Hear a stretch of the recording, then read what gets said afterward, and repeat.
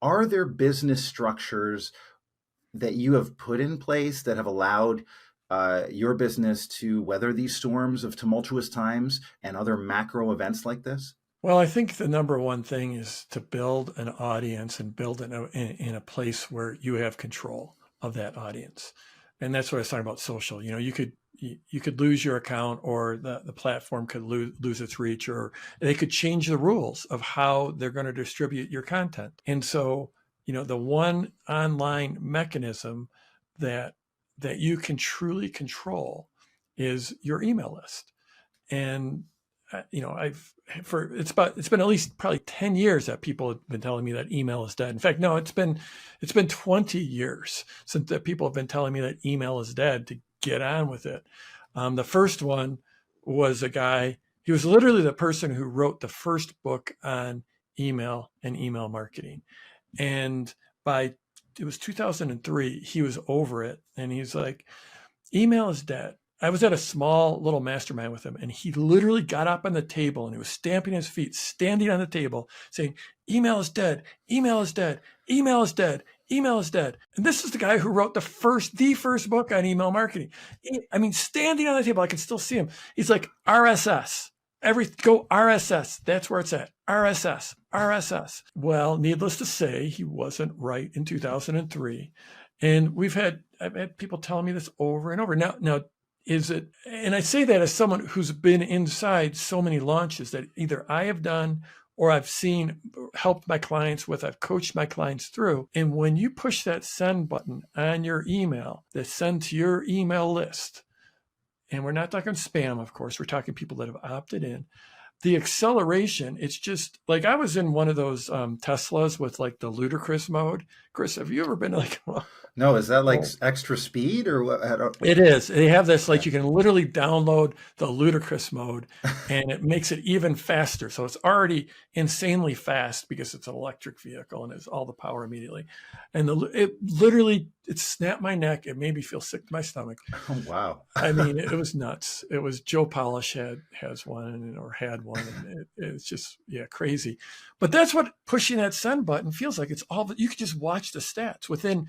seconds, within minutes. You can see the traffic coming in to your site because we can track that stuff, right? And there are very, very few people that have a social media following that has that type of impact when they post. And so, email, really podcast is another distributed mechanism that you don't necessarily own the platform, but you own that content. And the way people consume podcasts is so distributed that it's in some way, well, it's a lot safer than, say, a social account. Your podcast is not going to get banned, right?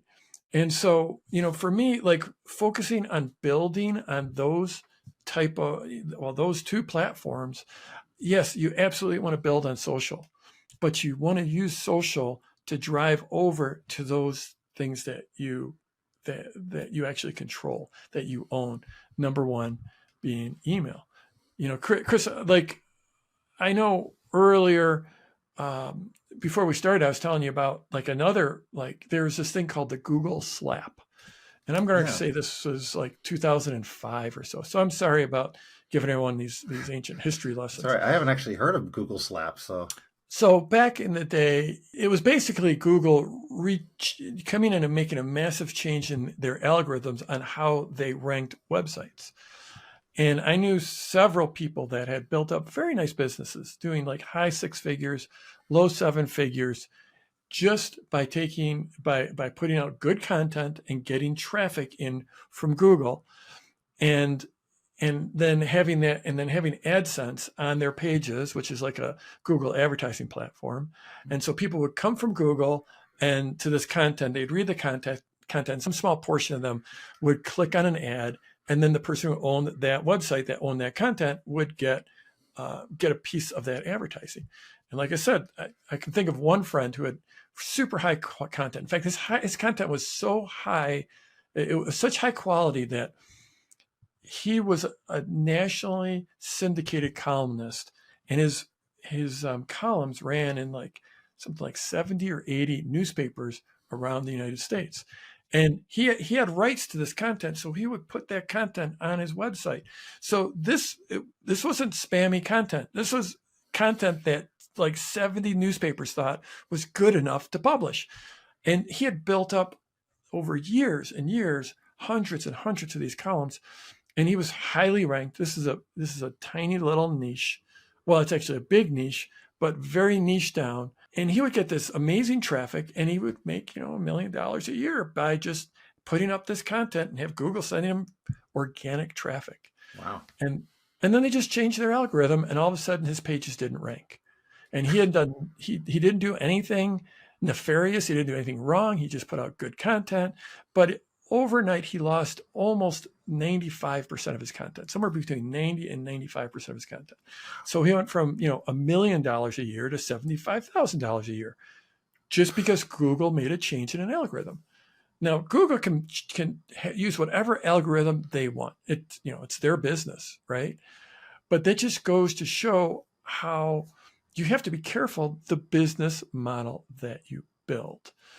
And, I think at the end of the day, you either get paid. This game, business, online business, is essentially an arbitrage game. And in an arbitrage game, it's like, it costs you money to attract people to your website, to your properties, to become part of your audience. And then you try to find a way to extract some money from that audience. And I know that word might trigger a few people. That might sound a little mercenary, but that's the reality. You're bringing in traffic and you're trying to sell that traffic on something. Now, you might be, in his case, he was trying to sell advertising on his site. And I think that's inherently a difficult model to make work in the long run. That's why I'm a big fan of selling your own products, building out your own products and selling your own products, as opposed to an advertising-based model. Because advertising, that you're at the whims of too many other things. You're at the whims of who's ever wanting to advertise, whatever platform they're buying their ads through. There's all kinds of people making rules up that you cannot control. Even on social media right now, I mean, you see it, the engagement statistics, and Instagram has slowly diminished because their business model is ads, right? And the same thing happened with Facebook. It was initially huge amounts of engagement, and ads was sort of the secondary thing, and then ads became the thing on Facebook because of the model, right? The model for Facebook was, we're going to sell ads, so we're going to diminish organic content, and now you have to pay to play on platforms like that. And so whereas email, you've said that before, it's your only asset that you always have control over. You own it, right? It's not rented ground. So I'm curious, if you were, say, a prominent TikTok influencer right now who is sitting in this and saying like, oh my gosh, my entire business is built upon this attention that TikTok provides for me, what advice would you tell them right now? So first of all, I feel for those folks. This has just got to be a really rugged time, a really rugged moment. And so I don't want to diminish that pain and anguish in any way. One of the things about an audience is that some portion of that audience, there's this term, Chris, fungible. It's a financial term, and that when something is fungible, like cash is probably the ultimate fungible thing, is you can take that cash and you could turn it into another asset. You could buy a house with it. You could buy crypto with it. You could buy stocks with it. You could buy gold with it. You can buy food with it. So, and a lot of financial instruments are fungible at some level. Gold can be transferred from gold to cash to crypto. And whereas something like a house is a lot less liquid and a lot less fungible. I think the one great thing about audiences is, to some extent, they are fungible. So you can move people to a different platform. So right now and not everyone, in fact, I know someone who has built a business around finding celebrities with huge social followings that don't monetize it in any way. So maybe like celebrities, like music stars or or movie stars, just people, with millions of followers, but they're not doing anything with those followers. And it's great that they built that audience, and it gives them power, like over their career that they didn't have before.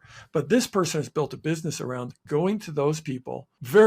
Chris, some really big names you would know, and working with them to move their audience to an email list, and then actually helping them create a course and sell that course. And his typical, he would be able to move people from Insta at about 6 to 7%, depending on the audience, depending on the celebrity, about 6 or 7%, which doesn't sound like much, but if you start off with 4 million followers, 6 or 7% is a pretty big number to get them on an email list and engaged in an email list. So what I would be, if I was on TikTok and there was this danger, I'd be like, first, what other platform could I send them to? Could I get them to follow me on Instagram? Could I get them to follow my YouTube shorts? And then, could I actually get them to come on over to my website for some additional piece of content, some additional level of connection, and join my email list? So the great thing is, if you've built an audience, you've done it once, you know how to do it again. And I would look at moving that audience probably first to another social platform that does a similar, like shorts, like TikTok does. And then I would, in conjunction, I would also be trying to get them over to an email list.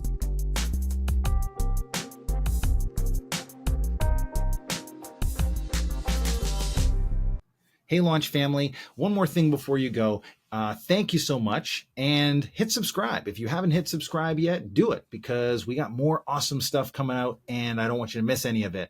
We also have this thing called GetYouLaunched.com. It is an absolutely free resource for anyone looking to get launched. I'm going to link it down in the doobly-doo down below here. And if you go there, you'll get to get some free stuff that we're just giving away. So yeah, thanks again for listening, and we'll catch you at the next episode.